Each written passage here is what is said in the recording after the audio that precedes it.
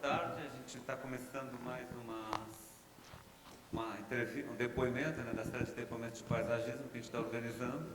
A gente imagina chegar, e até o ano que vem, chegando a mais de 20 depoimentos do pessoal que está trabalhando bastante ativo aqui pelo Brasil.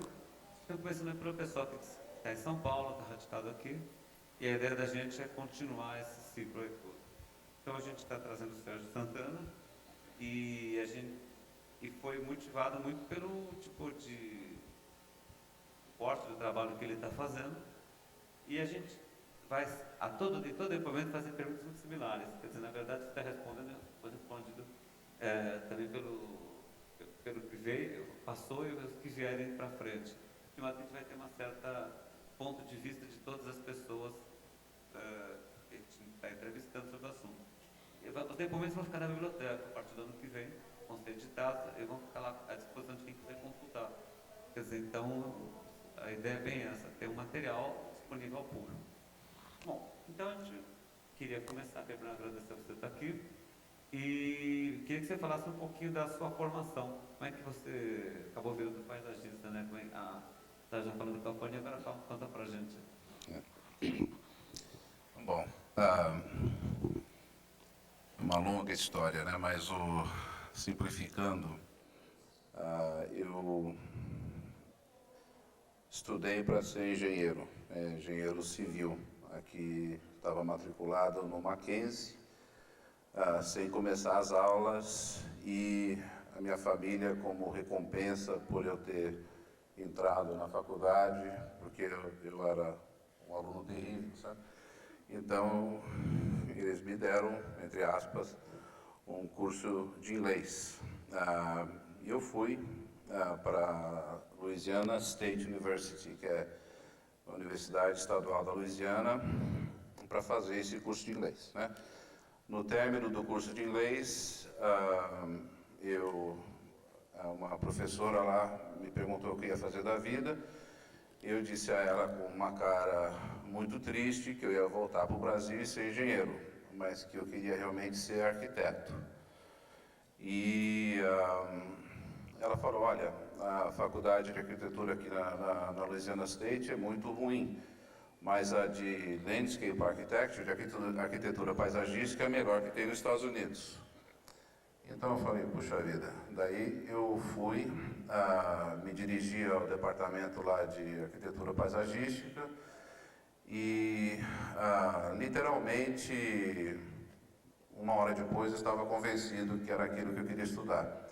Eles tinham uns folhetos muito bonitos de praças, explicando urbanismo, explicando planejamento urbano, enfim, era realmente o que eu queria estudar. Então, eu resolvi ficar. Eu fui realmente com roupa e dinheiro para durar 2 meses. E eu fiquei, trabalhei,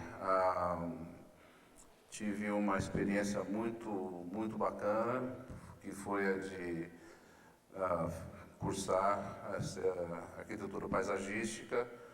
Realmente um momento muito mágico eu acho que da história daquela faculdade. Tinham professores excelentes e me deu, acho que, uma base teórica muito interessante para desenvolver o trabalho. Quando eu estava na faculdade, para me manter, né, durante os 5 anos, eu trabalhei, fiz de tudo. Eu fui motorista, garçom, síndico, encanador, pintor. O pior trabalho que eu tive foi de executar jardim. Eu me meti a executar jardins lá e eu não tinha carro, né? Eu tinha só uma bicicleta. E era difícil pra caramba executar jardim com a bicicleta, mas foi interessante, né? E, enfim, mas daí quando eu me formei, durante os meus anos de escola, em 74 eu vim para o Brasil, passei 3 meses com o Burle Marx. Foi uma experiência marcante para mim, adorei, e tinha certeza que um dia eu ia voltar para atuar no Brasil. Essa foi sempre a minha intenção. Se alguém me dissesse que eu teria ficado nos Estados Unidos 19 anos como eu fiquei, eu jamais teria ficado.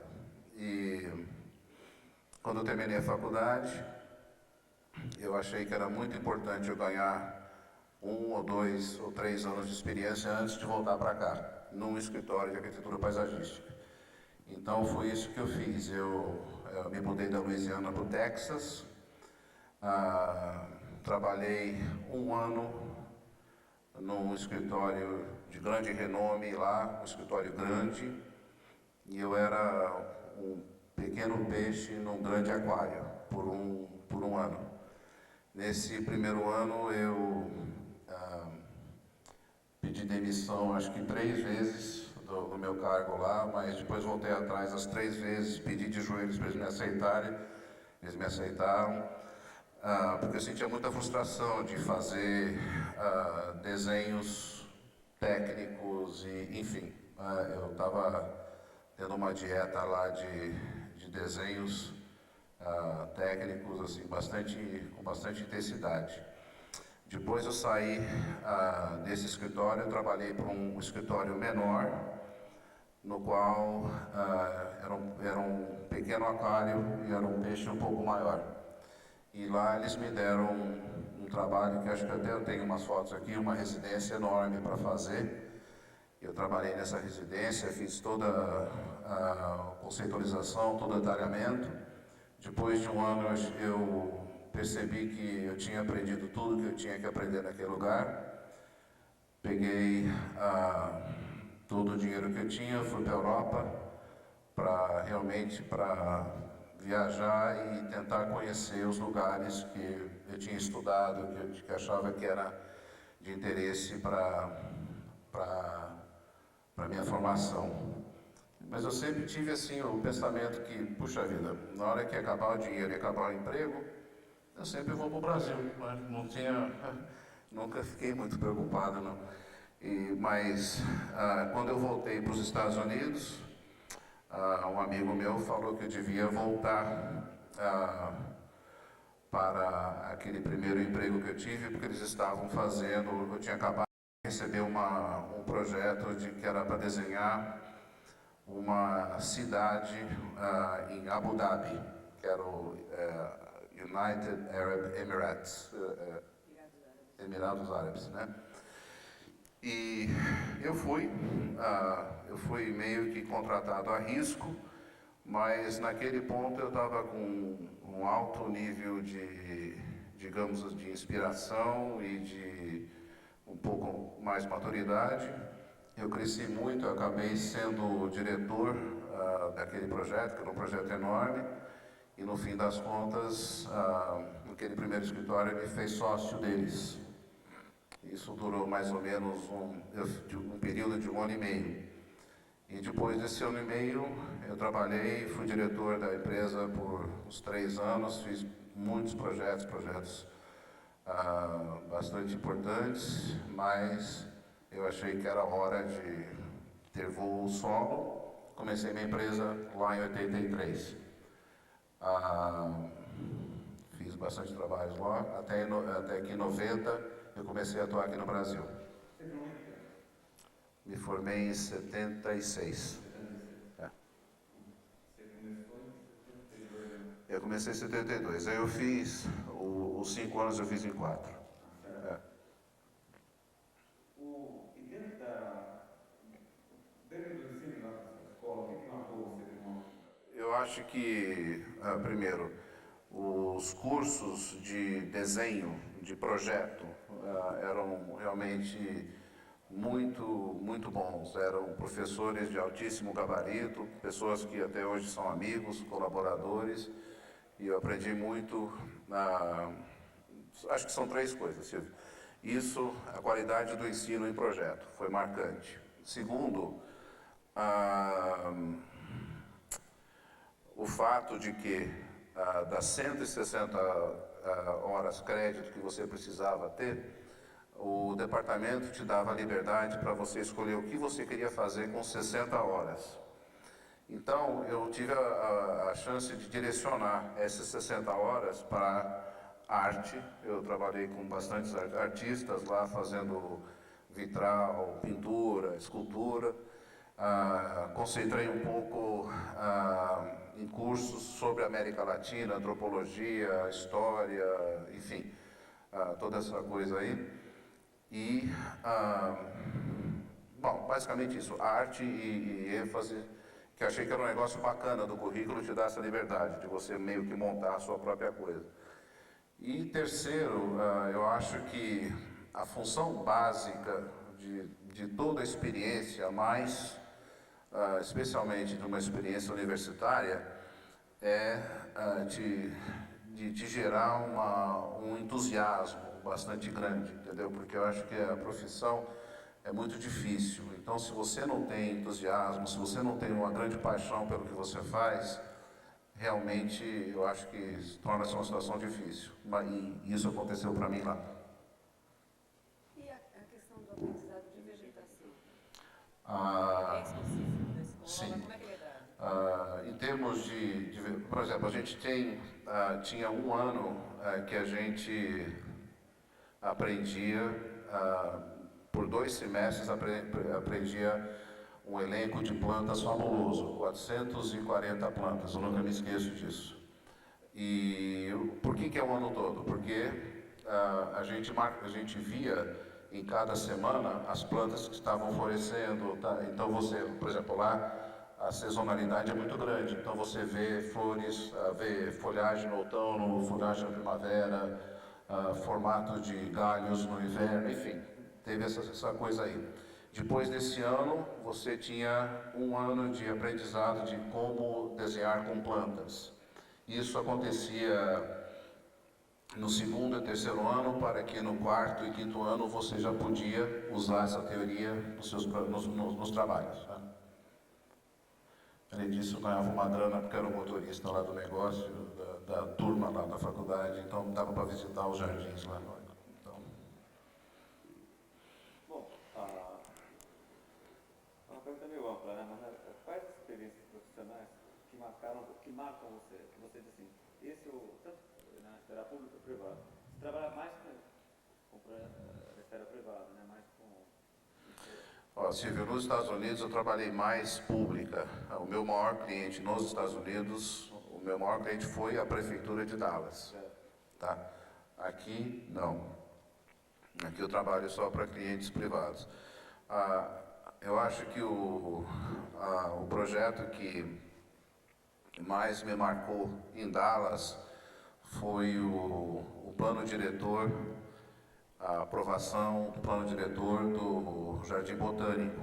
E junto com esse trabalho eu executei 2 jardins lá. Um que é uma espinha dorsal do Jardim Botânico, que ficou um negócio muito interessante. Mas esse para mim foi importante porque teve muita participação pública, muita apresentação para a Câmara de Vereadores, enfim, muito diálogo. Isso foi muito bom para mim e me colocou numa posição para pegar trabalhos interessantes lá.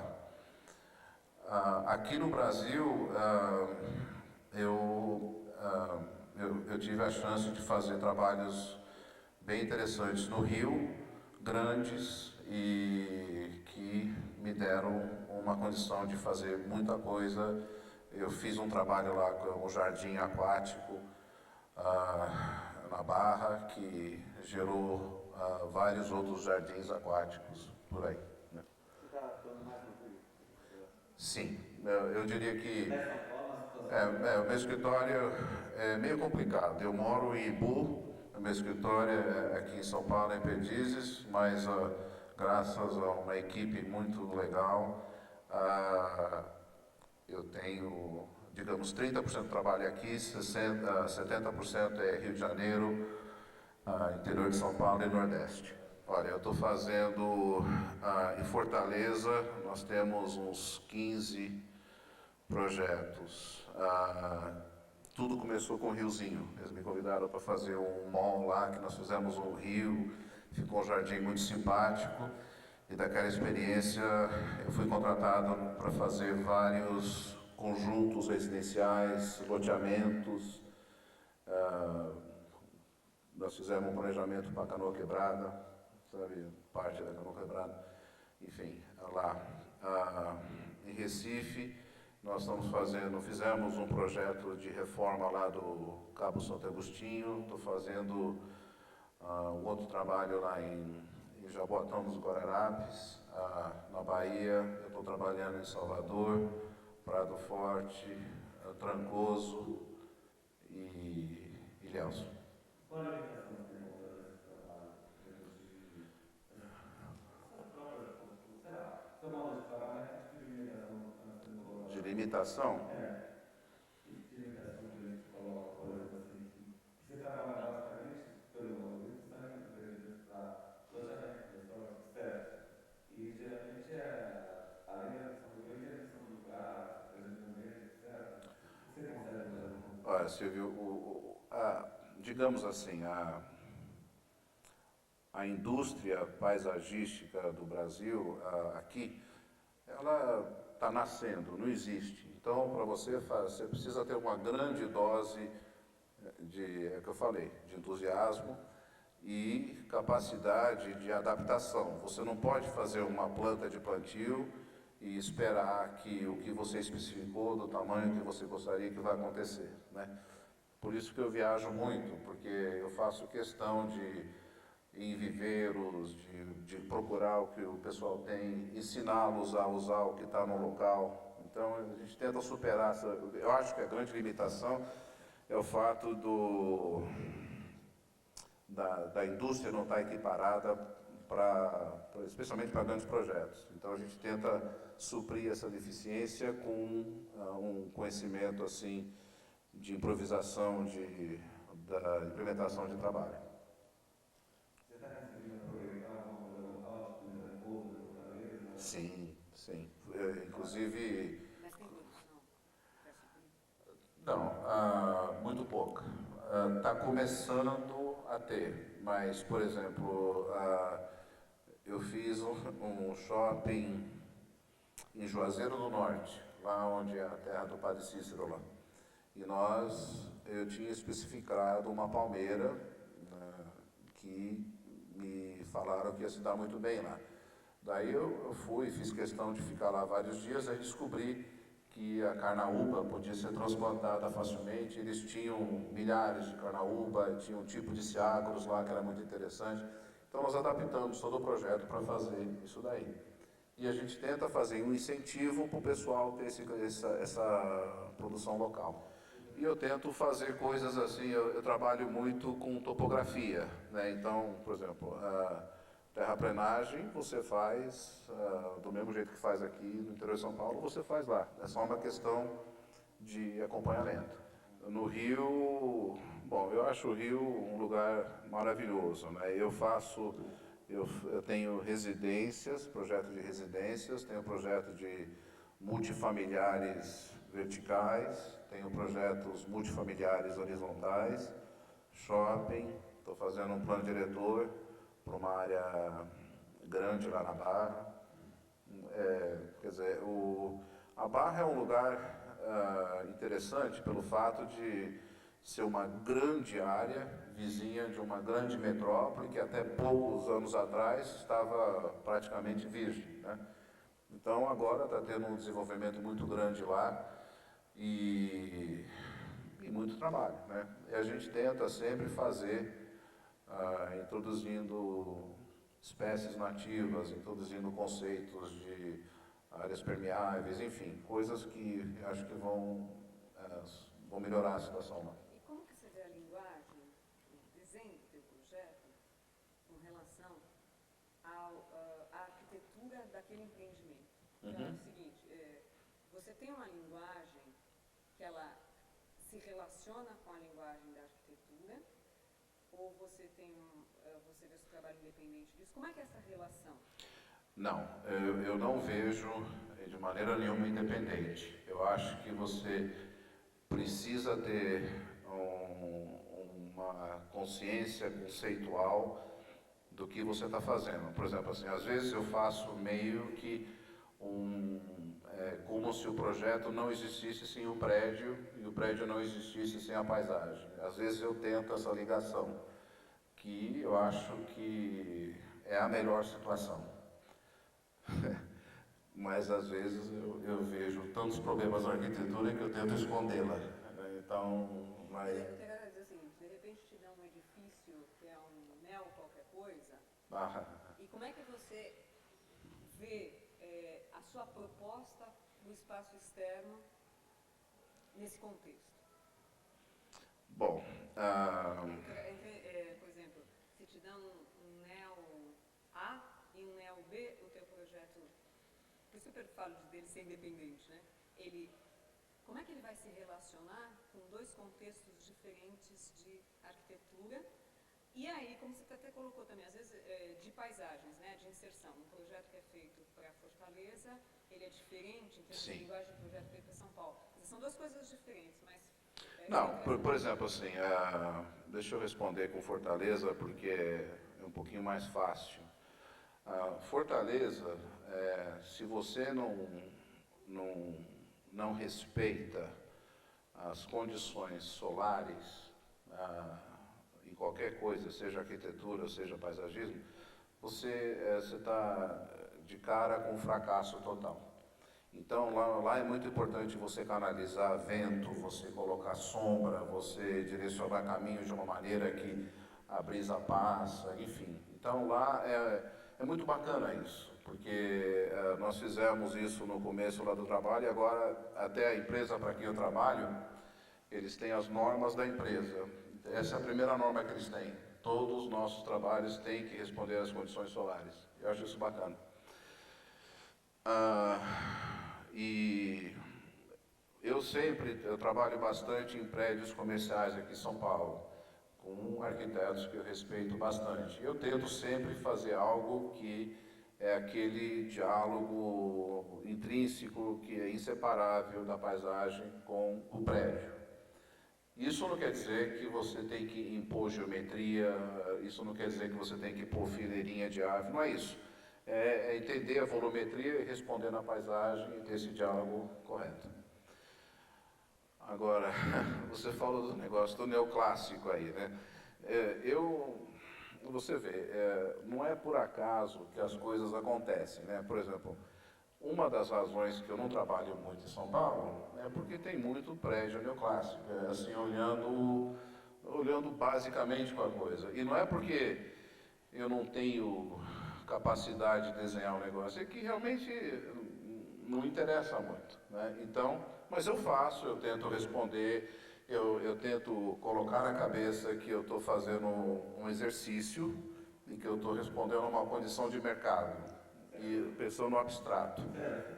Como é que foi esse contato, né? Tipo, os primeiros vídeos do neoclássico? Você vem com uma coisa, para não fazer, ele apareceu.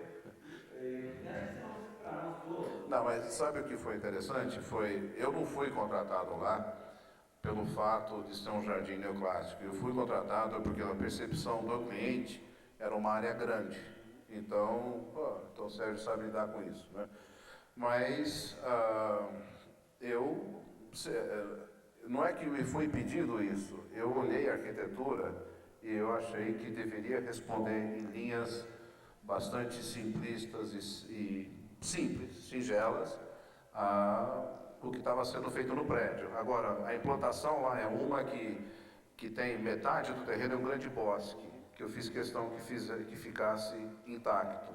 E na parte que é neoclássica, digamos assim, ele está mais fechado, mas a parte do jardim que está aberta está bem interessante lá. Se você fotografar a parte natural, você pôr junto com a outra, você não acredita que é o mesmo lugar. Mas se você faz uma foto das duas juntas, funciona. Eu peguei uns eixos do jardim neoclássico, levei para dentro da parte do bosque e eles se conversam assim. Veja bem, no meu caso é o seguinte, eu trabalho bastante para a construtora A. E a construtora A não fazia prédios neoclássicos até que fez. Então, eu, como de 10 projetos, um era neoclássico, eu fiz também. Continuei prestando o serviço de fazer o projeto paisagístico. Mas não durou muito, sabe? Daí parou, eu não estou fazendo mais para eles. Quando você fizer a pergunta, passa o microfone para ela, senão a gente não grava o que ela fala. Você vê uma transformação de linguagem ao longo do seu trabalho? Você já tem 20 anos por aí, né? Não, você está tem um pouquinho mais. Um pouquinho mais. É. Então, assim, você percebe uma transformação de linguagem? Lógico que cada solicitação é uma demanda diferente, permite outras posições diferentes, um projeto residencial diferente de um shopping, diferente de um projeto de dimensões urbanas como alguns que você faz ou fez. Você percebe alguma mudança? Você sente que, por exemplo, o seu trabalho teve um vínculo maior com vamos dizer, com a nossa história de todos, né? Mais ligada ao modernismo, há 20 anos atrás, que a gente ainda recebeu essa herança, né? Quem já está atuando esse tempo, e uma transformação atualmente com inserção de outros elementos, até essa entrada, o tal do neoclássico aqui em São Paulo, mas essa questão dos estilos que a pós-modernidade trouxe, né? Na arquitetura e no paisagismo. Como você vê o teu trabalho, a tua expressão própria, se ela se transformou significativamente, como é que você vê essa evolução? Bom, primeiro, eu acho que o meu trabalho evoluiu. Eu não vejo necessariamente a mesma linguagem. Por quê? Porque eu tento sempre aprender com as coisas. Eu acho que o meu melhor projeto ainda vai acontecer, entendeu? Então, eu sempre pego uma lição, às vezes eu vou numa obra, eu vejo uma coisa que não tem nada a ver com o que foi importante na obra, mas eu vejo lá uma lição, ou para repeti-la, ou para expandi-la, ou para nunca mais fazer, entendeu? Então, eu acho que, diria para você que eu espero que tenha acontecido uma evolução positiva, mas eu acho que os princípios com que eu uso para fazer projeto são os mesmos, entendeu? Eu acho que a filosofia básica do trabalho de respeito à natureza, de criar ambientes confortáveis, enfim, isso para mim sempre foi importante. Mas eu acho que, sim, tem tido uma evolução de linguagem. Por exemplo, você falou foi até engraçado o negócio de Estados Unidos e Brasil. Eu me mudei para o Brasil num domingo, dia 1º de agosto de 92. Na quarta-feira antes desse domingo, eu fui contratado, não, me chamaram para conversar sobre uma praça no meio de Dallas, que queriam que fosse uma praça que contasse um pouco da história de Dallas, né? Então, me chamaram, eu conversei, fui contratado na sexta-feira, trouxe tudo que eu tinha nos Estados Unidos para cá num domingo, e na quarta-feira eu estava de volta lá trabalhando, né? Quer dizer, foi um negócio financeiramente não muito esperto da minha parte, mas foi o último trabalho que eu fiz lá. Foi um trabalho grande, uma praça no meio da cidade, mas lá era uma praça que contava a história de Dallas no seu começo. E Dallas era um ponto de parada das boiadas que vinham do México para Missouri. E as boiadas paravam, e daí criou-se uma vilagemzinha. Então a praça, que foi a minha proposta, foi fazer um conjunto de esculturas de 100 vacas que mostrava essa boiada, e foi meio que criar um cenário interativo com a população. Então hoje, quando você chega em Dallas, você recebe uma revistinha, tem a foto da praça. Quando você tem esses pacotes turísticos, o pessoal para no hotel, pega você, mostra a praça, depois vai mostrar onde mataram o Kennedy, enfim, é parte do tour, né, da experiência lá. Mas antes de fazer isso, e lá nessa praça eu fiz um riozinho, né? Antes eu tinha feito um cenário desse, porque eu fiz uma jaula para um tigre siberiano no zoológico de Dallas. Então eu aprendi meio como fazer esse negócio. Daí eu fiz lá e ficou muito interessante, né?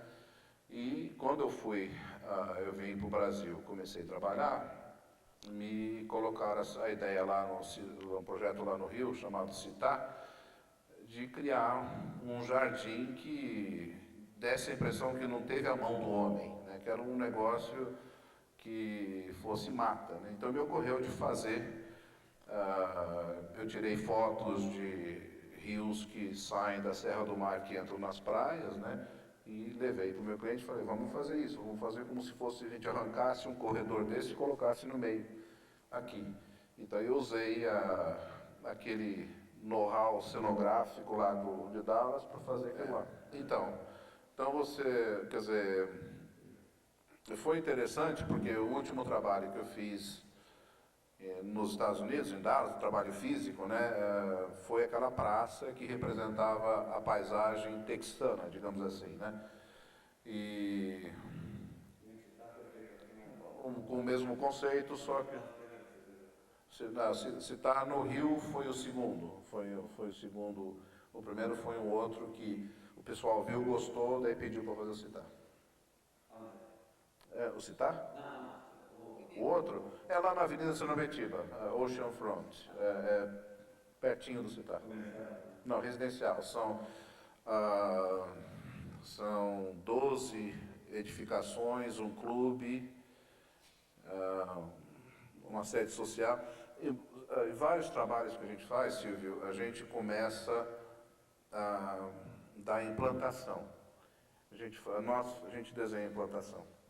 Então, nós tínhamos umas lâminas de prédios, né, que foram desenvolvidos pelos arquitetos e a gente posicionou, criando as ruas, enfim, criando um negócio todo lá.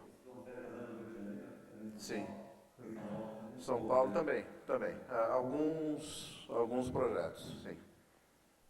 No Rio é mais fácil porque a gente tem um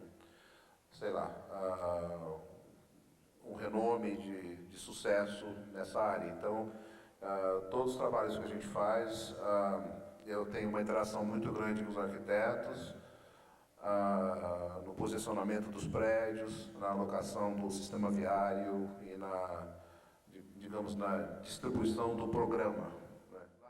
Voltando ao currículo, lá, né, a gente tinha todo um semestre de análise, site analysis, análise do terreno e implantação, entendeu?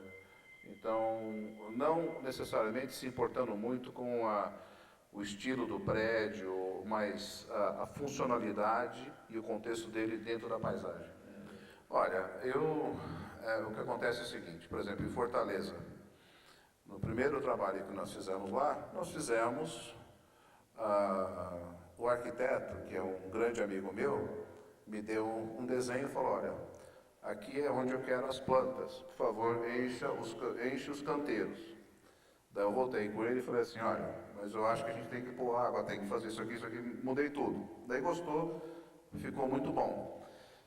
E depois daquela experiência, por exemplo, todos os trabalhos que eu faço, que a gente faz em Fortaleza, a implantação é nossa, todos, sem exceção. Nós fazemos loteamento, né? Loteamento urbano, né? As ruas, os lotes, a gente que faz, né? Porque daí o paisagismo passa a não ser uma coisa que está corrigindo um problema, você está adiantando um conceito, entendeu? Então, eu prefiro assim. Por exemplo, aqui em São Paulo, tem alguns, eu não vou falar nomes, mas eu vou te contar uma experiência que eu estou fazendo. Estou fazendo um trabalho muito grande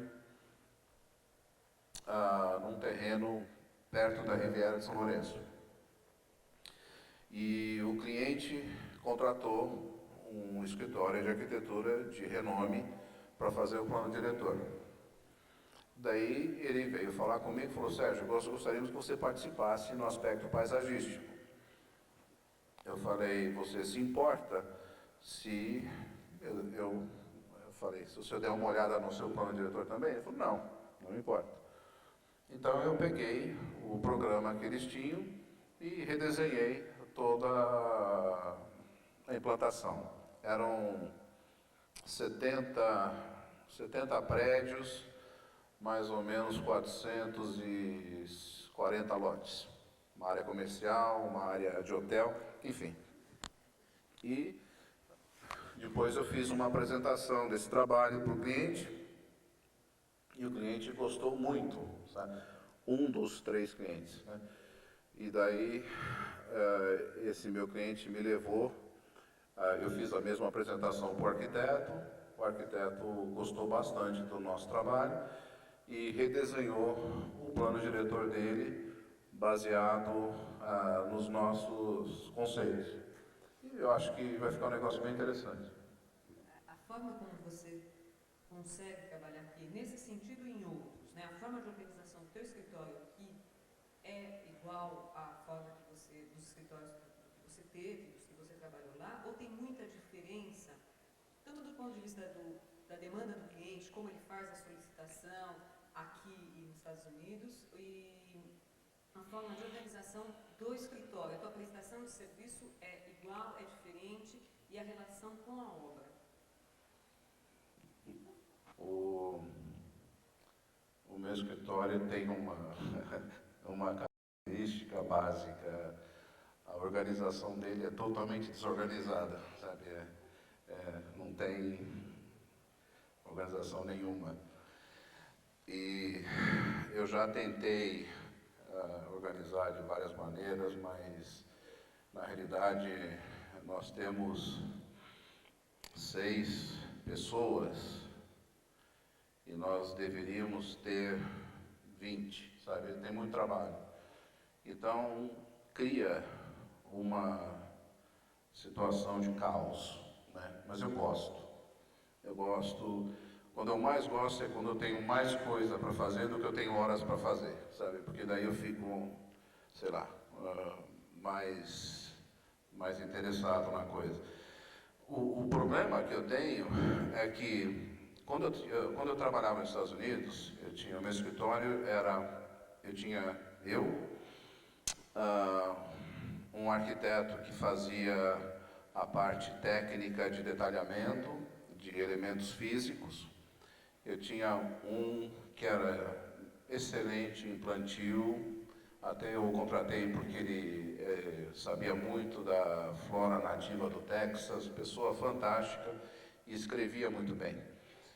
Então tinha ele e eu tinha a minha recepcionista que eu ensinei ela a desenhar. Então éramos nós 4 e a gente tinha uma equipe ideal, né? Produzíamos demais. E eu fazia a criação e o pessoal, cada um tinha o seu nicho lá, né? Detalhe importante, não havia computador, então todos os desenhos eram à mão, isso em 1984 a 90, né? Então não tinha CAD, né? Então, quando eu vim para o Brasil, foi uma situação muito difícil, porque eu tinha que treinar as pessoas, né? E tinha o raio do CAD, né? E eu não sei ligar o computador. Então, para mim é uma experiência frustrante, né? Então, e também o CAD, ele foi feito, não é um negócio que foi feito para paisagismo. A gente faz com que seja, né? Mas o pessoal lá do escritório pena para fazer as curvas, para fazer, enfim, todas essas coisas que a gente faz. Eles realmente é um negócio que não foi feito para isso, mas está sendo feito. A estrutura lá é vertical. Por exemplo, eu faço a criação junto com a ajuda de uma pessoa, e essa pessoa carrega o projeto até o fim. Ela faz ajuda no anteprojeto, no detalhamento, no plantio e no atendimento ao cliente. Então, é assim que é dividido, não é horizontal, mas é bem desorganizado. Olha, Silvio, é o seguinte, você vai no museu, você vê um quadro do Picasso, né? E você fica boquiaberto, que é um negócio fantástico, né? O Picasso executou, né? Ele acompanhou a obra e ele fez quantas revisões necessárias para tornar aquele trabalho relevante, né? Não estou, de maneira nenhuma, comparando o que eu faço com isso com o Picasso, mas o processo é o mesmo. Eu acho que se você quer fazer algo que é diferenciado, que é arte, você não pode esperar que o que está no desenho aconteça lá assim. Não, não é assim. Você precisa ficar em cima, porque uma planta, se você põe ela de um jeito, é de um jeito. Se você põe ela virada, é de outra virada. Às vezes, enfim, esse acompanhamento é direto. Por isso que eu fico, e quem faz, a maioria das vezes sou eu. Eu fico praticamente fora do escritório o tempo todo. Em termos de evolução do mercado, quando você está trabalhando no Brasil, 10 anos passados, como é que você vê isso? Evolução do mercado? Em termos de tipo de projeto? Olha, Silvio, uma das razões que eu fiquei 19 anos nos Estados Unidos é que eu pensava que, entre aspas, eu não ia ter campo aqui, né? Que eu pensava que não ia ter trabalho. E ainda bem que eu estava enganado. Eu acho que existe muito campo aqui, muito campo. O Brasil é um lugar ainda que ainda vai crescer, né? O Brasil ainda tem muito espaço para se desenvolver, para ter novas situações. Então eu vejo de 92 até hoje uma melhoria enorme, mas eu acho que quando a gente estiver falando de novo daqui 10 anos, vai ser muito melhor do que hoje. Por exemplo, eu estou fazendo, sei lá, 15 projetos em Fortaleza, no qual são implantações bem pensadas, com negócio do vento, com negócio de equipamentos urbanos muito decentes. Isso eu acho bacana, né? Porque não é São Paulo, é um lugar assim, longe, e tem muito mais coisa por aí, né? Bom, é o que eu tinha falado, né, antes. Se alguém me falasse que eu ia ficar tanto tempo nos Estados Unidos, eu não teria ficado. Porque realmente o que me motiva, o que me interessa é o Brasil, sei lá, preservação de Mata Atlântica, uma melhora de qualidade de vida, uma melhoria de qualidade ambiental. Puxa vida, sei lá, eu acho que a beleza da paisagem aqui realmente me emociona, sabe? É um negócio que eu tenho uma paixão declarada e muito, sei lá, muito honesta a respeito, né? Como é que... é engraçado, é meio que irônico, né? Eu acho que uma das razões que o mercado foi aberto para mim foi porque eles me contratavam querendo que eu fizesse coisas que eram feitas nos Estados Unidos, né? E eu falava para eles, olha, a gente aprende com o que está lá, mas tem que fazer a nossa coisa, não é copiar o que está lá e trazer para cá. Mas eu acho que o começo foi isso, né? Contratar um profissional que estudou lá, tal, tem conhecimento lá, vai ser aplicado aqui. Mas eu acho que o truque foi foi transpor o conceito de lá para funcionar aqui, a qualidade para funcionar, não meramente transposição. Eu acho que isso aí foi a coisa que mais abriu, e eu tive um pouco de sorte. Eu sempre trabalhei, sei lá, áreas grandes e estou acostumado, acho que surgiu muita oportunidade.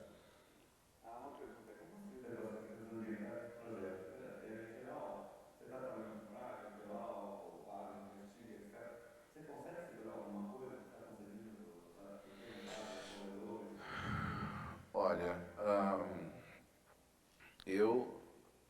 sigo, quando a gente faz uma implantação de um condomínio na praia, eu sigo, nós fazemos todo um processo de mapeamento, de vegetação, de topografia, de drenagem, enfim, a gente chega independente de regras, a gente chega onde a gente acha que o terreno tem que ser ocupado.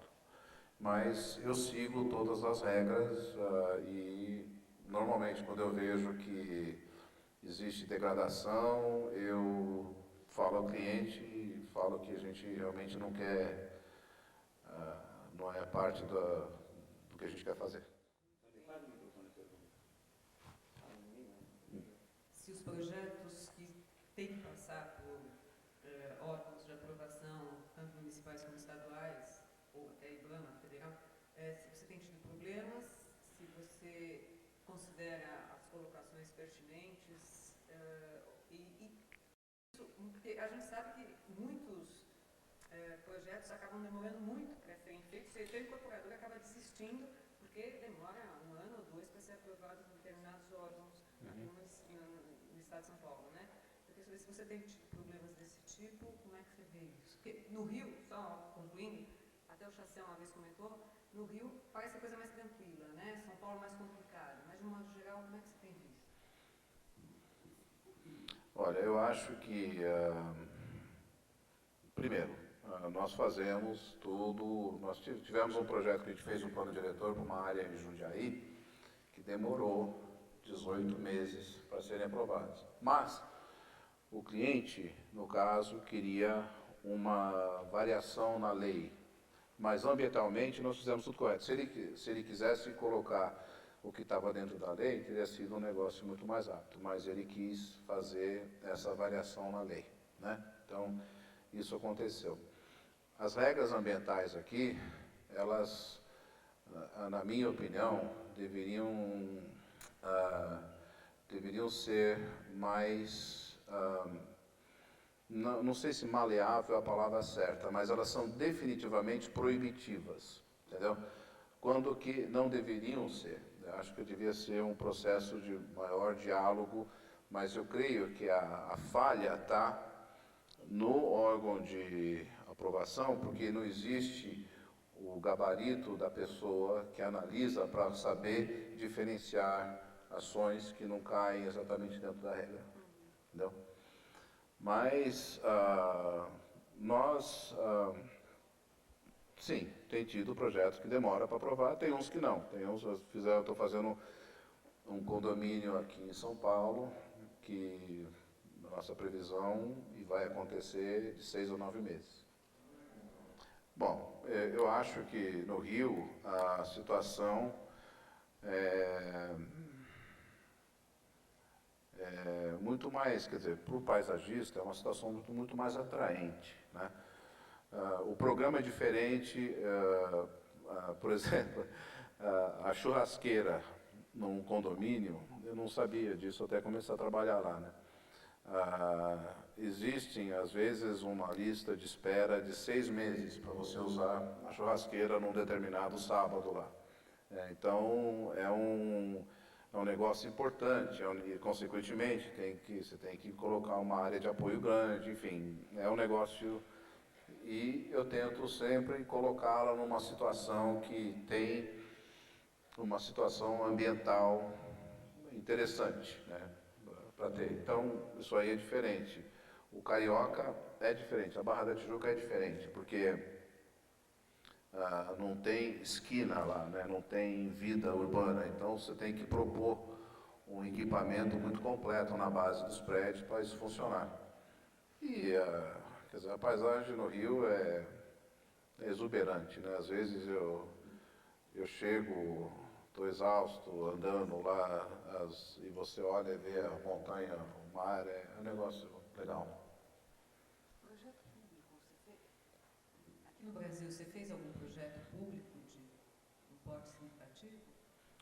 Não, eu estou fazendo, nós estamos fazendo um projeto de revitalização de uma praça lá perto do Círculo Militar. Estamos fazendo de graça, porque nós nos interessamos pela praça. Nós fizemos o jardim de um prédio lá. Daí eu achei que o problema do paisagístico do prédio não era o jardim do prédio, era a praça. Daí eu sugeri a eles que adotassem a praça. Daí eles adotaram a praça, criaram uma associação, ganharam doações e a nossa doação foi o nosso projeto e acompanhamento, e a praça vai ser agora, começar em janeiro, vai ser refeita. Mas é nada comparada com, por exemplo, com Dallas. Dallas, nós fizemos muitas praças, jardim botânico, a reurbanização de uma via expressa de 10 milhas, enfim, lá era diferente. Aqui eu não tive coragem ainda de entrar nisso. Não, eu acho que não tem uma, né? Por exemplo,